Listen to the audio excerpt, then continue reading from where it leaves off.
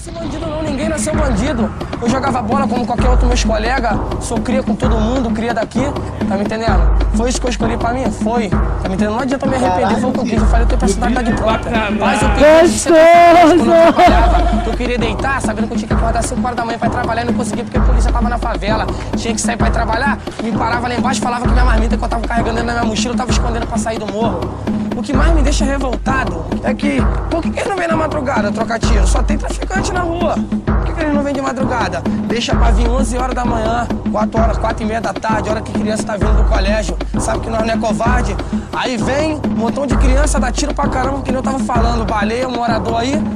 Aí vai lá um repórter lá na frente, lá fala o que tem que falar, que eles não são dono da verdade, nem da forma que eu tô falando que eu não sou dono da verdade. É engraçado que a gente fica por aí achando por causa de que nós viramos traficante. Por causa de que eles viraram polícia?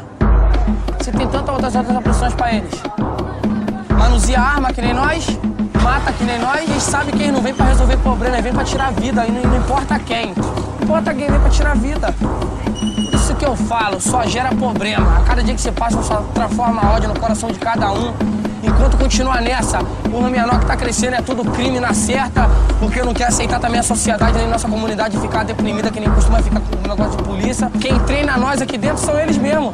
Quando eles pensam em fazer reunião em batalhão pra vir fazer operação, pra tentar aliviar tráfico de droga, eles estão enganados, deixam nós mais afiados. Toda vez que eles vêm, a gente só vai crescendo em cima das costas deles, pela burrice deles mesmo. É só usar inteligência, em vez de gastar não sei quantos milhões em blindado pra tirar a vida de gente inocente.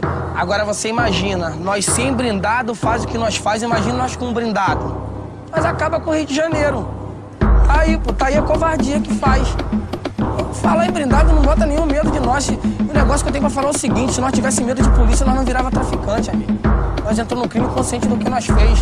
E é problema na certa. Mas tá aí tranquilo, nós só quer curtir nosso forrozinho, curtir nosso baile, ficar tranquilo. Mas se na madrugada soltar fogo e estiver operação, segura que é de graça.